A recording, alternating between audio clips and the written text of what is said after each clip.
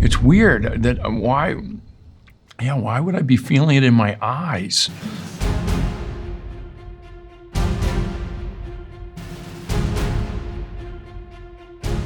Hey, what's going on, everybody? For First We Feast, I'm Sean Evans, and you're watching Hot Ones. It's the show with hot questions and even hotter wings. And today we're joined by Owen Wilson. He's an actor and writer with more than 60 films over the course of a 3-decade-long Hollywood career, including an incredible run of timeless comedies. And on that topic, he has a very funny TV show out now. It's called Stick, and it's available to stream on Apple+. Owen Wilson, welcome to the show. Happy to be here, a little nervous, but kind of nervous, excited. Kind of like I felt with my Armageddon character. 98% excited, 2% scared. Or maybe it's 2% excited, 98% scared.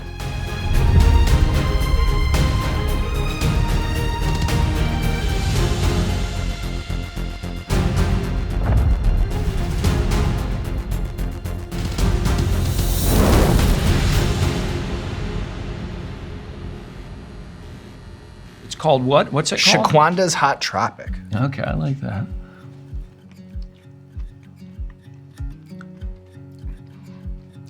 Yeah, pretty good. I like that. No problem. And it tastes good. In fact, I'll have one more little bite. Oh, well, maybe I should pace myself, but it's okay. Have at it. Yeah. So in Stick, you play the role of Price, a washed-up golfer who gets a chance at redemption when he discovers a teen phenom to coach to glory. Is there something about golf that makes it a good vehicle for comedy? You know, from Caddyshack to Happy Gilmore and now Stick, there's a lot of good fodder that's been mined from the sport over the generations. Yeah, success isn't as funny as failure, and so I think golf offers a lot of that. Excuse me, and I was saying that's nothing, but yeah. I guess it's a little something. But my older brother was just talking to somebody that he played golf with in Amsterdam last summer, and they had watched, the first couple episodes, and the guy was saying it really captures the despair of golf. And this is a really good golfer, and he feels that way. So there's just something about it that you're forever chasing. And, that sort of, feeling, I think, lends itself to comedy.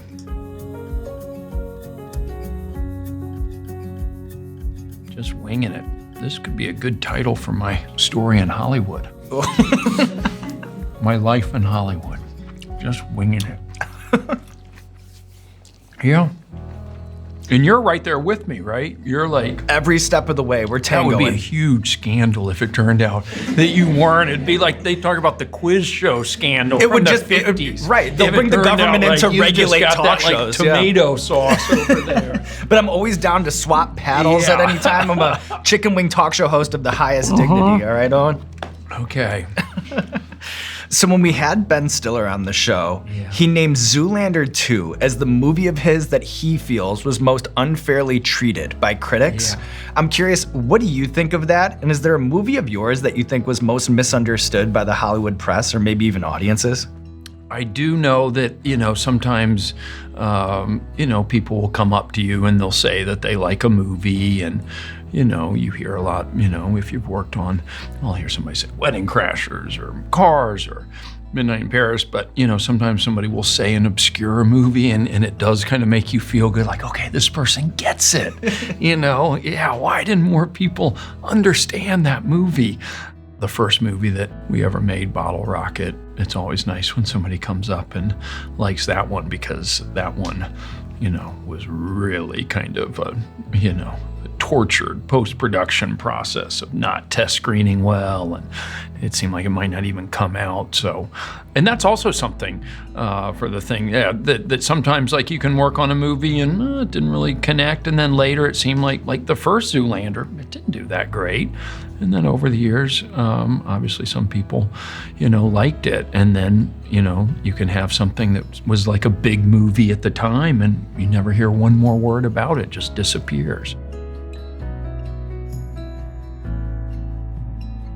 Yeah, I'd say this is good.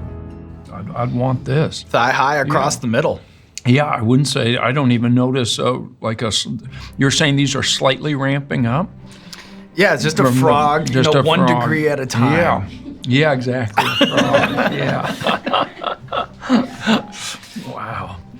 So spending time deep diving your old interviews, one thing that stands out is how often you reference classic literature.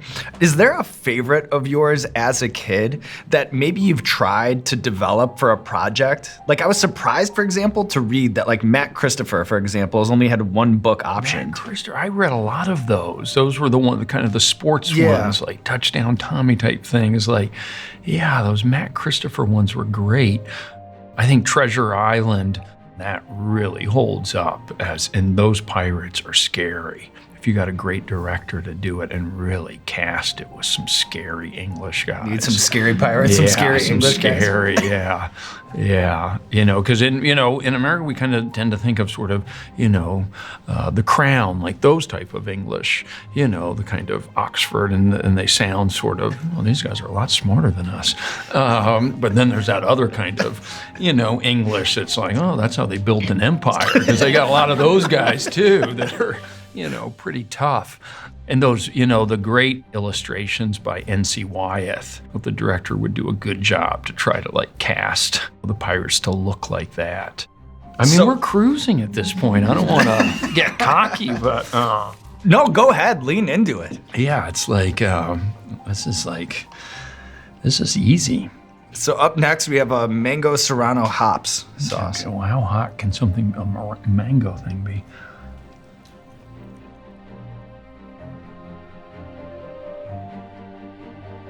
Yeah, this one's a little hotter. Yeah. Yeah. Yeah, that one's hotter. That one took a little bit more of a ramp up but maybe it goes as we kind of go into this. It'll get kind of exponential. Yeah, I feel that one more. So I heard you mention in an interview that you spent a summer working at Blockbuster. Mm-hmm. Did they have you in the back room doing inventory, or were you out on the floor doling out recommendations? Well, I never was able to kind of learn how to do the computer stuff, but they would have me out on the floor kind of doing the security bar tags on the candy to discourage people from shoplifting. And so I would do that. And then they saw that I was kind of useful with answering questions about movies. And the great thing about working, at Blockbuster is you got to take home movies every night. So that was a fun summer job. We're doing well. How do you think I'm doing? You're cruising. What did you said earlier? You're cruising? Cruising. We're cruising, baby. Okay. That's how I think. Okay. And would you believe me if I told you we are at the halfway mark, sauce number 5 right now? Really? Yeah. It's this guy, I guess. Spicier sauerkraut and mustard. Okay, I love mustard. They have really spicy mustard in France, in England, much spicier than American mustard.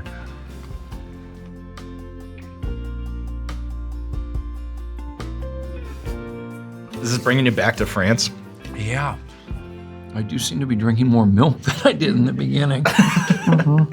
It's all natural, all part of the process. Yeah, it is. Yeah. So if you'll humor me, what I want to do is fact check some of the behind the scenes lore from your filmography. Some of these things I bet are true, others I'm sure are greatly exaggerated, but I'll just have you to fact check, okay? Okay. The hand that is seen with the BB lodged in between the knuckles and the Royal Tenenbaums actually belongs to your brother Andrew and is the result of a BB that's permanently lodged in his hand because you shot him? That's right. That fact is correct. Growing up the 70s and early 80s was a wilder time than now. And but he's gotten so much mileage out of the story. Right. If you're gonna get shot, at least, exactly. Yeah, I think it's net positive. To be honest with you. At the end of the day, I don't think he would change it. I think he likes having that. I mean, it's I don't want to say he's like a World War II veteran, of course, but in the way he is a veteran of growing up, sort of, in 80s, Dallas, different rough and tumble. Yeah, for sure. Is it true that to maintain your limp in the Darjeeling Limited, that you put a small lime in your shoe? And if so, where did that idea even come from? Yeah. I don't remember it being a lime, but was it? I thought as you were saying, you were going to say a little stone, but maybe it was kind of more of a, I know I put something in there. Dustin Hoffman has the great way of walking in Midnight Cowboy, and that idea, if I had that there, well, it kind of made you walk a bit different. So, I'm always looking for one less thing to act. And, that was that. Is it true that you would put baby food on your face for Marley and me to make the puppies more affectionate to you on screen? Yeah, was it baby food or was it peanut butter? Or was it a lime or was it a stone? Yeah. Yeah, I mean, there were those little tricks kind of, dogs do respond to treats. The funny thing about Marley and me was how many dogs played Marley. Like 23 or something, I was reading. Yeah, it was so many. Are you ready to move on here to sauce number 6? 6? Yeah. Yeah. This is a tropical amarillo sauce. Is what this Tropical, okay. That'd be a good name, yeah.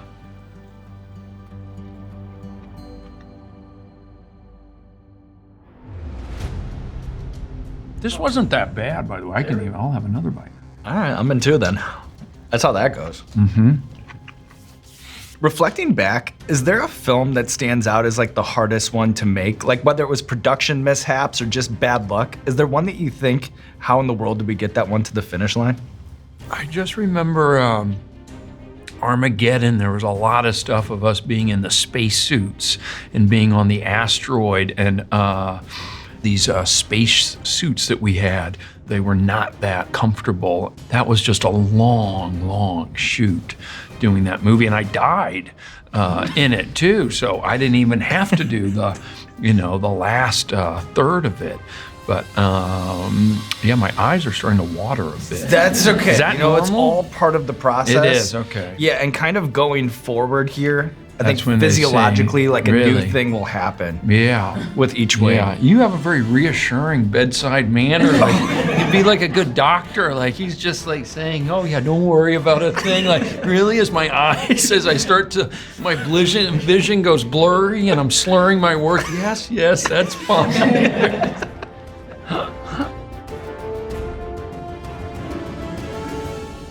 We don't want to go back, do we? We want to keep going forward. The only way out is through. Yeah, the only way out is through. Okay, let's do it. This is apricot.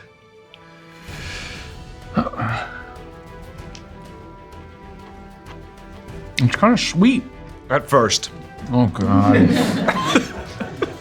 Well, I just gave you a slow pitch right down the middle. All barrel. All barrel. Babe Ruth, right out of the park. It's kind of sweet. All right, we got to go again. Sean, remember, you don't know he's going to say that. You jumped your line. He hadn't even gotten that out of his mouth, and you were like just leapt on it. But you can catch that kind of that after.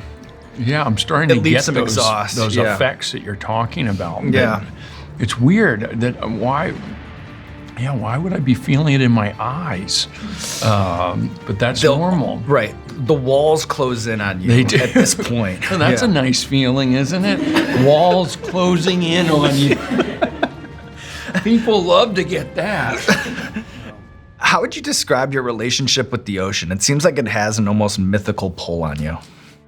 My relationship with I've watched some of those surf documentaries where, we kind of make fun of, these guys. So, I don't want to sound like the ocean and I have this, I respect the power and the beauty. And, But you do. Pull, but I do respect the power. I don't know. For me, it's as simple as I grew up in Dallas. In the summers, we go visit our grandparents and get to go to the beach and just loving swimming in the ocean. I cannot drive by the ocean without thinking, I might go jump in there. So this next one, if you're ready, It's gonna get weird. is To Bomb Beyond Insanity. It's called what? To Bomb Beyond Insanity. Okay. If the title of my memoir was just winging it, then this would be a chapter. To Bomb Beyond Insanity. I won't say what part of my life.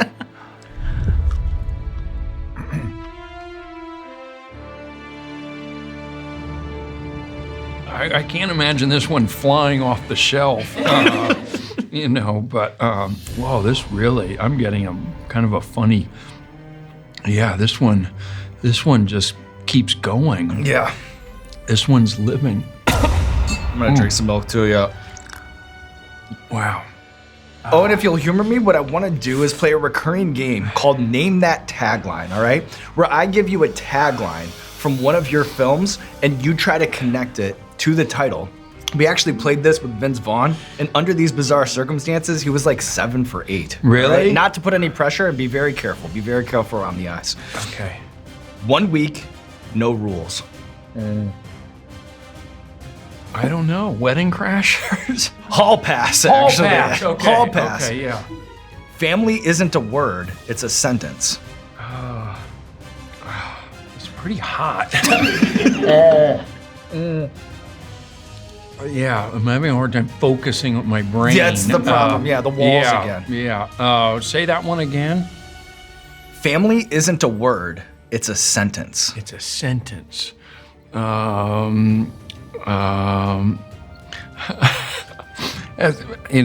Vince did 7 out of 8. He was on fire, actually. But have you ever had someone get 0? Maybe I know. I'd go a different way. Yeah, that's what I'm saying. Someone's already carved out that Reverse territory. records are underrated. Yes, yeah, I don't know. You're who gonna that- kick yourself with this one. What? The Royal Tenenbaums. What? The Royal Tenenbaums. Family isn't a word, it's a sentence. Really? How about this one? Or what? This was on the poster, like it was a thing. Adrenaline fueled, heartwarming, triumphant. Behind enemy lines. Cars, actually. Cars. How about this Cars one? was what? What was it called? Adrenaline Heartwarming. fueled, Okay. heartwarming, triumphant. How about this one? East meets West with a vengeance. Okay, I got that one. Shanghai Noon. Ding, ding, ding, Yeah. ding, ding. How about this one? Heal the love. Heal the Love. Marley and Me. You're on fire. Okay. You're on fire, Owen. Oh. When you can't breathe, you can't scream. Well, that sounds like Aliens, but I wasn't in Aliens. When you can't breathe, you can't scream. Are you sure I was in this movie? Were you in Anaconda? Yes. Wow. And you're right. I couldn't scream when I got eaten by the snake. 3% body fat, 1% brain activity. 3% body fat. Zoolander. Yeah. Ended on a hot streak, baby. Ended. Wow. I was like kind of, it was tough, making myself kind of, I was distracted by this last one, the bomb. Oh God, here's one coming called Sucker Punch.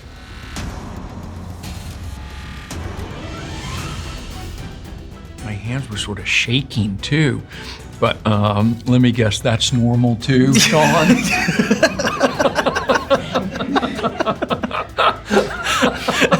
I think so. I hope so. Yeah. I hope so. Right. This is unbelievable. Yeah. I get wheeled into the emergency room. Trying to explain this. Sean said this is normal. Okay, ready? I'm ready if you Come are. on, let's straighten Let's up do here. it. Let's do it. The Tenenbaums, I didn't even know it had a tagline. Yeah, but you could have, that had some context to it. Family's not a word, it's a sentence. Yeah, but it doesn't sound like a Wes Anderson movie, that tagline to me. That has studio fingerprints all over it. Yeah, that feels more like a, right.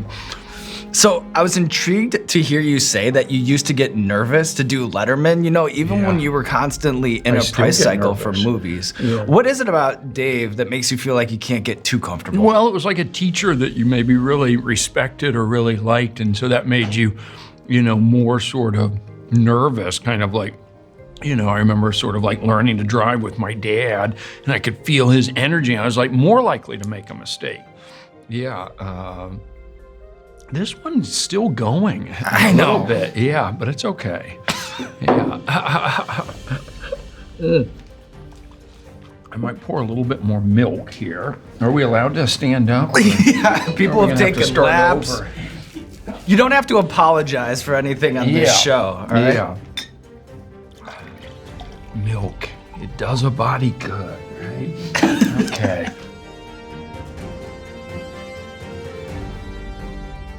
Oh yeah, I've got to. If I came this far.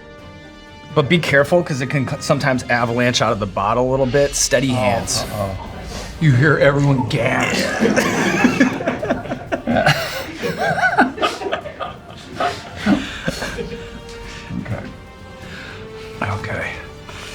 Okay. All right. Cheers, Owen. Cheers. Thank you.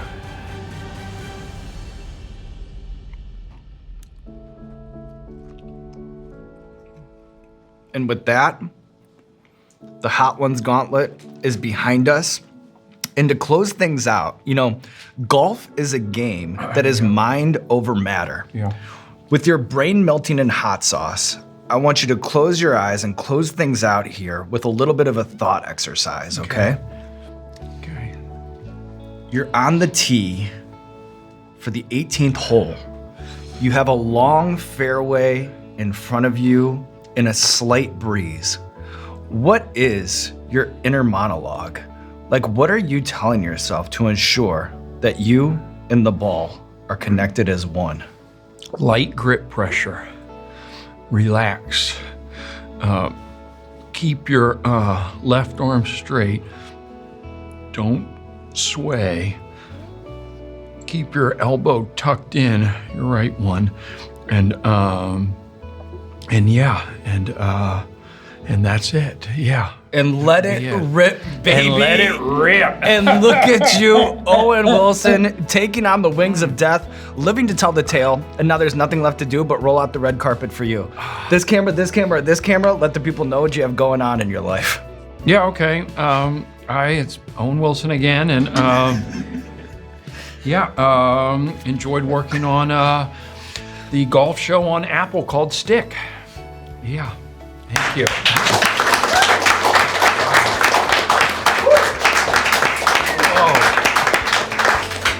You did great. Wow.